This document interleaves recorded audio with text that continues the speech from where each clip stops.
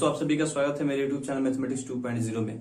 जैसे कि आप लोगों को पता है कि क्लास 9th में हम हीरोन्स फार्मूला के बारे में पढ़ रहे हैं और अपने एनसीईआरटी बुक से एक्सरसाइज 12.2 में क्वेश्चन नंबर 1 से लेकर क्वेश्चन नंबर 8 तक हमने कंप्लीट कर लिया है। दोस्तों आज का जो विश्लेषण होने वाला है वो क्वेश्चन नंबर 9 के ऊपर होने वाला है, तो आप अपने साथ में अपने बुक, कॉपी, कलम सब साथ में लेके बैठिएगा। और जैसे कि मैं हमेशा आपको बताया हूँ, मैं फिर बताता हूँ कि सिर्फ एनसीईआरटी नहीं, आपके पास जो भी बुक है और किसी भी बुक से अगर आपको समस्या होती है, यानी किसी भी प्रकाशन के बुक से यदि आपको समस्या होती है तो आप अपनी समस्या को आप हमारे व्हाट्सएप नंबर पे या कमेंट बॉक्स में लिख के भेज सकते हैं।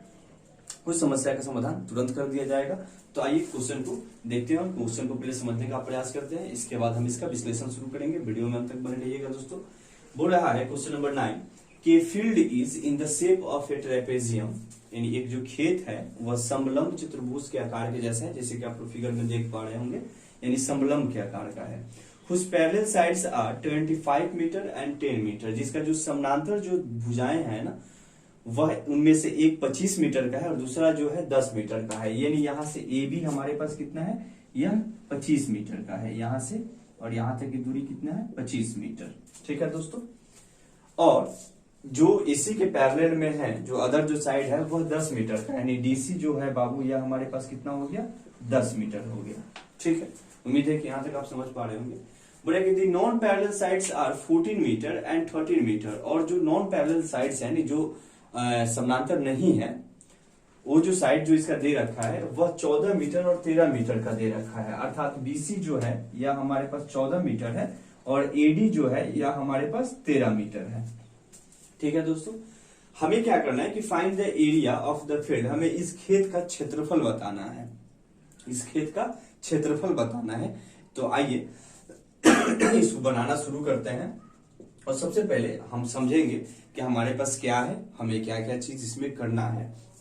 तो अगर हम बात कर लें फिगर एबीसीडी की, यानी इन फिगर एबीसीडी, ठीक है ना। अगर फिगर हम एबीसीडी की बात करें तो इस फिगर में एबीसीडी क्या है, ABCD is a field. ABCD क्या है, ये हमारे पास एक फील्ड हो गया। ठीक है दोस्तों, अब जरा देखिए, हमें सिर्फ उतना ही पे नहीं, इसके अलावा भी हमें बहुत सारा काम है जो भी करना है अपने सुविधा के हिसाब से। अगर हम एबीसीडी, अगर हमारे पास यह फील्ड हो गया जो कि एक ट्रेपेजियम है, तो हम इसमें कर सकते हैं क्या कि वी कैन, चाहे वी ड्रॉ, यानी हम एक लाइन खींचेंगे अपने सुविधा के लिए कि वी ड्रॉ, यहां से ले लेते हैं कि C2, यहां से हम ले लेते हैं ये F, ठीक है, यानी we draw CF parallel to the AD, AD। हम यहां से क्या किए हैं बाबू कि CF एक लाइन जो कि समानांतर है AD का, हमने एक लाइन ले लिया है कि अपने सुविधा के लिए हमने ये लाइन ड्रॉ कर लिया, जो कि AD जो है वो CF या FC के पैरेलल में हो गया। एंड और इसी में अगर हम थोड़ा सा और आगे बढ़ना चाहें तो हम इसमें एक परपेंडिकुलर लाइन ले सकते हैं, यानी जो C से, मान लीजिए कि यहाँ पे P ही ले लीजिए, जो कि C से P पे आके मिलता हो और जो कि परपेंडिकुलर हो AB पे, यानी CP, यहां से CP perpendicular to the AB, जो कि AB पे क्या है, परपेंडिकुलर है, यानी लंबवत है। ये हमने ड्रॉ कर लिया अपने सुविधा के लिए। ठीक है, इस स्थिति में बाबू जरा थोड़ा सा आप लोग ध्यान दीजिएगा, क्योंकि आपको पता है कि CF जो है वह AD के पैरेलल में हो गया है और DC जो है वह AB के पैरेलल में है, और चूंकि FB की अगर बात करें तो P चूंकि इसका मिड पॉइंट हो गया, यानी PF जो होगा बराबर होगा PB का, लेकिन हमें उसके बारे में ध्यान नहीं देना है। अभी हमें ध्यान देना है कि जब ये पैरेलल हो जाता है और सामने वाली जो भुजा होती है वो पैरेलल होती है, तो जाहिर सी बात है कि होगा इसमें जो CD जो होगा, यानी CD होगा इस क्षेत्र में, वह AF का क्या हो जाएगा, इक्वल हो जाएगा। सो हम यहां से लिख सकते हैं क्या कि AF बराबर CD बराबर 10 मीटर, जो कि कितना है, 10 मीटर का है, यानी अब AF भी कितना हो जाएगा, 10 मीटर का हो जाएगा।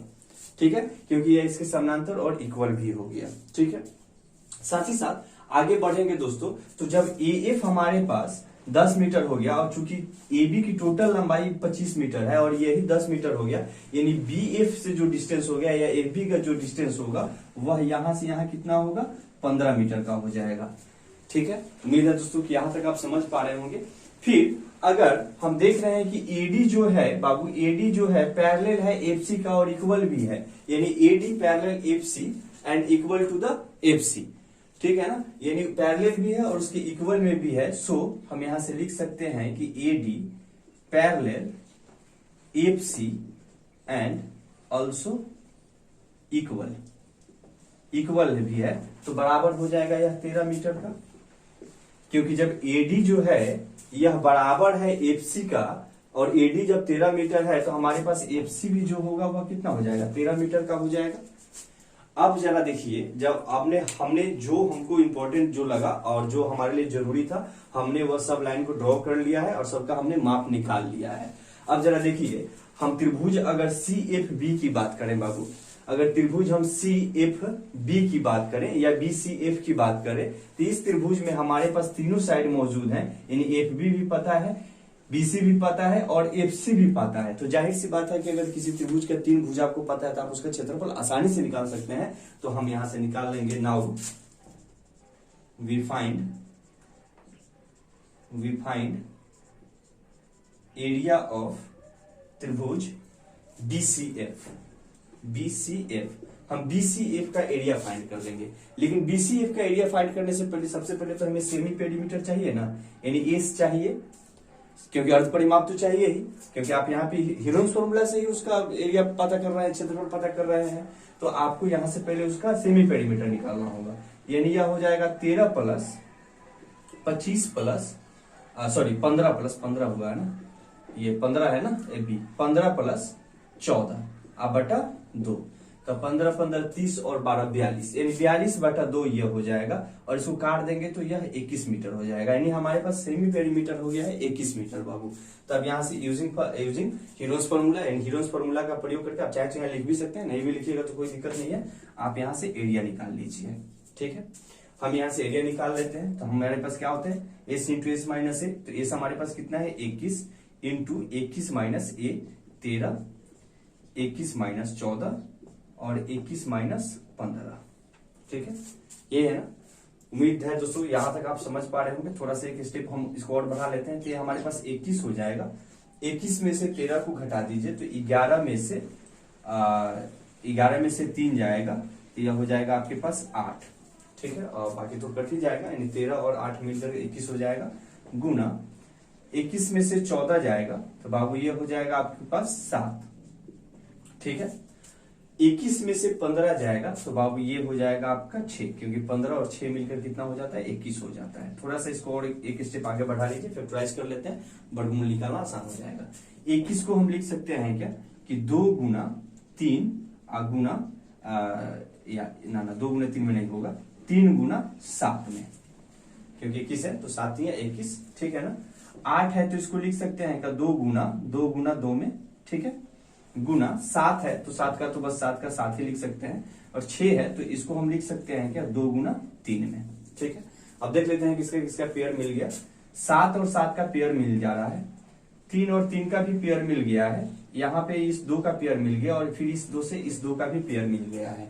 ठीक है दोस्तों, तो आइए हम जिसका पेयर मिल जा रहा है उसको लिख लेते हैं। हमारे पास 3 का पेयर एक मिला है, 2 का पेयर मिला है, और 1 7 का पेयर मिला है, यानी 3 दूना 6, 6 दूनी 12, अब 12 सत्ते 84, यानी 84 मीटर स्क्वायर हमारे पास किसका क्षेत्रफल आया, क्षेत्रफल BCF का आया, यानी त्रिभुज BCF का जो क्षेत्रफल आया, यानी इस क्षेत्र का जो हमारे पास जो क्षेत्रफल आया बाबू वह आया 84 मीटर स्क्वायर। ठीक है, यहां तक उम्मीद है कि आपको समझ में आया होगा अच्छे से। अब जरा देखिए हम आगे थोड़ा सा बढ़ेंगे।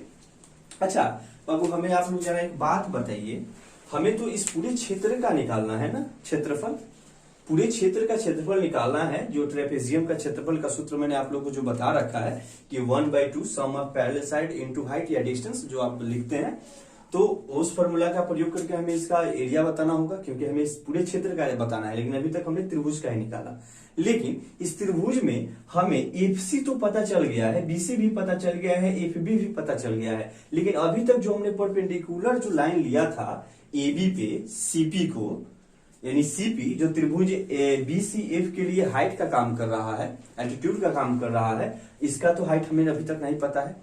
अगर इसका हमें हाइट पता होता तो हम डायरेक्ट 1/2 बेस इंटू हाइट से इसका क्षेत्रफल निकाल लेते। यानी मेरे कहने का मतलब यह है कि अब हम इसको चाहते तो इस त्रिभुज का क्षेत्रफल हम, यानी त्रिभुज एबीसी का जो क्षेत्र बीसीएफ का जो क्षेत्रफल था, बीसीएफ का जो क्षेत्रफल था, यानी नाउ यहां से लिख सकते हैं वी कैन ऑल्सो फाइंड, यानी हम इसे इस प्रकार से भी प्राप्त कर सकते हैं कि द एरिया ऑफ त्रिभुज बीसीएफ बराबर 1/2 बेस इंटू हाइट। ठीक है, 1/2 बेस इंटू हाइट। तो जरा बताइए कि एरिया ऑफ बीसीएफ, इसका एरिया कितना आया है? 84 आया है ना। तो 84 बराबर अगर 1/2 कर ले, और बी यानी बेस बाबू हमारे पास कितना है? 15 है, इंटू हाइट तो हमें नहीं पता है। तो अगर हम इसके क्षेत्रफल से इसके फॉर्मूला को, यानी जो इसका क्षेत्रफल निकालने का फॉर्मूला होता है, उसके इक्वल में कर दे, तो जो चीज हमें नहीं पता है, अगर मान लीजिएगा अगर हमें हाइट ही दिया रहता, बेस नहीं पता होता, तो बेस हम पता कर पाते। हमारे पास इसका बेस दे रखा है, हाइट नहीं दिया, तो हम हाइट पता कर लेंगे अगर दोनों को हम समतुल्य कर देते हैं तो जरा आइए हम यहाँ से h निकाल सकते हैं क्या? तो h बराबर ये हो जाएगा क्या? 84 में 2 से गुणा करवा दीजिए और 15 से भाग लगा दीजिए। तो 4 दूनी 8, यहाँ पे 4 दूनी 8 हो जाएगा, और 8 दूनी 16 बटा यहाँ पे हो जाएगा या 15। ठीक है, तो यहाँ से हमें हाइट प्राप्त हो जाएगा। ये 15 से इसको काट दीजिए, 15 एकम 15 हो जाएगा, 15 एकम 15, यहाँ पे 1 आया 18, फिर 15 एकम 15, 15 दूना 30। यानी जो हमारे पास हाइट हो गया इस त्रिभुज का वह 11.2 मीटर आ गया। यानी इस त्रिभुज का हाइट जो निकला हमारे पास 11.2 निकल गया। यानी अब जरा हमें एक बात बताइए, जब किसी समलंब चतुर्भुज में, किसी समलंब के ट्रेपेजियम का जब आपको हाइट पता है और दोनों पैरेलल साइड दे रखा है, तो उसका क्षेत्रफल नहीं पता कर सकते हैं? बिल्कुल पता कर सकते हैं। इसीलिए यहां से हम निकाल लेंगे एरिया ऑफ ट्रेपेजियम। तो एरिया ऑफ ट्रेपेजियम क्या हो जाता है? 1/2 sum of parallel sides, sum of, ये 2 साइन जो मैं दिया हूं ये पैरेलल समझ लीजिएगा, सम ऑफ पैरेलल साइड्स। ठीक है, और इनटू हाइट या डिस्टेंस, आप जो किए तो हाइट ही लिख दीजिए h। तो जरा देखिए तो बाबू 1/2 गुना सम ऑफ पैरेलल साइड, दोनों पैरेलल साइड को जोड़ दीजिए तो 10 और 25 मिलकर कितना हो जाएगा? 35। यानी 35 गुना हमारे पास हाइट कितना निकला है बाबू? 11.2, यानी 11.2। इसी को सॉल्व कर देंगे तो हमारे पास क्या निकल जाएगा? इस पूरे क्षेत्र का क्षेत्रफल निकल जाएगा, जो कि मीटर स्क्वायर में होगा। उम्मीद है कि दोस्तों आप इसे कर पाइएगा और इसे आप सॉल्व कर पाइएगा। आप लोग को वहां तक दिखाई दे रहा है ना? हाँ, तो मैंने आपको क्या बताया? समलंब का क्षेत्रफल 1/2 सम ऑफ पैरेलल साइड, यानी दोनों समानांतर भुजाओं का योग। तो एक भुजा हमारे पास 10 था, दूसरा कितना था? 25 था। तो 25 और 10 मिलकर कितने हो जाएंगे? 35 हो जाएंगे। गुना करवा दिया 35 से, इंटू हाइट या डिस्टेंस जो आप बोलते हैं, तो 11.2 हमने निकाला था, 11.2। अब इसी को सॉल्व कर देंगे, जो आएगा हमारे पास उसका उत्तर होगा। उम्मीद है दोस्तों कि आपको अच्छे से समझ में आ गया होगा। और दोस्तों जाते जाते मैं आपसे एक बात बोलना चाहूंगा कि मैथमेटिक्स 2.0 के परिवार को बढ़ाने में हमारी मदद कीजिए, अतः ज्यादा से ज्यादा दोस्तों के बीच में शेयर कीजिए। और यदि आप चैनल पे न्यू व्यूअर हैं और अभी तक आपने चैनल को सब्सक्राइब नहीं किया है, तो सब्सक्राइब करके बेल आइकन जरूर दबा लीजिएगा। चलिए मिलते हैं फिर नेक्स्ट वीडियो में, तब तक बहुत बहुत धन्यवाद।